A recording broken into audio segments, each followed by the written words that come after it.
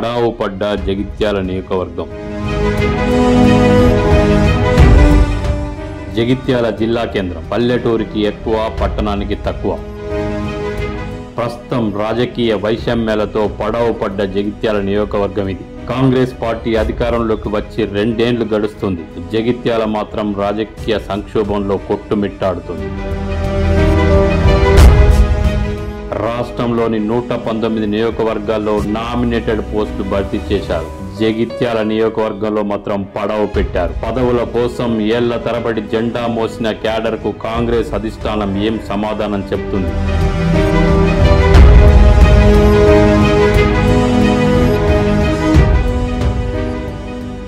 జీవన్ రెడ్డి ఎంపీగా ఓడిపోయారు, ఎమ్మెల్యేగా ఓడిపోయారు. 10 ఏళ్లు బీఆర్ఎస్ లో ఉన్న సంజయ్ అదును చూసి కాంగ్రెస్ లోకి జంప్ అయ్యారు. కనీసం ఇంద్రమ్మ కమిటీలకు దిక్కులేదు ఇక్కడ.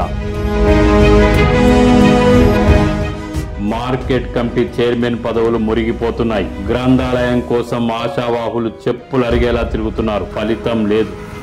జిల్లాకు చుట్టుపక్కల తిరుగుతున్న మంత్రి అడ్లూరి లక్ష్మణ్ కుమార్ జిల్లా కేంద్రానికి రావడం అంటే ముఖం చాటేస్తున్నారు. జగిత్యాలకు రాష్ట్రం నుంచి ఏ మంత్రి వచ్చినా పంచాయితే.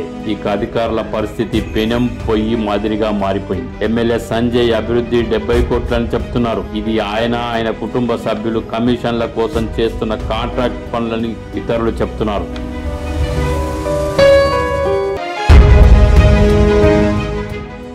జగిత్యాల నియోజకవర్గంలో ఒరిజినల్ కాంగ్రెస్, డూప్లికేట్ కాంగ్రెస్ అంటూ కార్యకర్తలు ఫ్లెక్సీలు పెడుతున్నారు.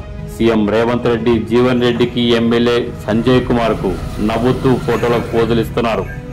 అడిగినప్పుడల్లా అపాయింట్మెంట్ ఇస్తున్నారు. దీని అర్థం ఏంటో? తాంబూలాలిచ్చాము తన్నుకు చావండి అనా?